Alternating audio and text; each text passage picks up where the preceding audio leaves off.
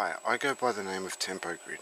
This video is about how Med Soundstudio can control FL Studio 8 or Fruity Loops 8 via VSTi, that they have provided, which allows Fruity Loops 8 to be used as a VSTi client, which means people who use Med Soundstudio can now control Fruity Loops instruments via their tracker code, which is absolutely awesome because I've got like 11 hours music, all based in Med Soundstudio, and I've been writing music since 1995 intensively, and I first saw Med back in about 1987, I think, and Med used to be called Octamed. It comes from the days of the Commodore Amiga and the Atari ST, and this program is one of the only programs that has survived the Amiga platform.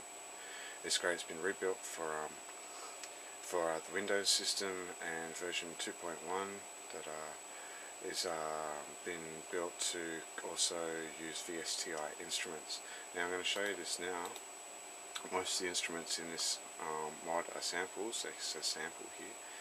If I go to instrument D, you can see it's a VSTi. Now this bottom section has lit up, and you can choose which VSTi to use with this simple drop down menu. Now you might notice FL Studio VSTi and FL Studio VSTi Multi are provided because I have Fruity Loops Studio 8 already installed in my computer. Now if I click edit to edit this plugin, up comes a window with a little icon here. Now this icon switches to Fruity Loops, and this is the full program. This isn't just the little bits of the plugins. This is the full program. Now I can switch between Med and Fruity Loops just with this button here, which is really useful. Now if you've got two monitors, you can spread Fruity Loops on one monitor, Med on the other, and use two monitor system, which is really good. Now the first thing you'll need to do when you go to Fruity Loops is go to the audio settings and turn off the slave tempo. This is so that you can use and sync the BPM in Fruity Loops. Now I'm setting it to 148 because in Med Soundstudio my tempo is 148. Okay.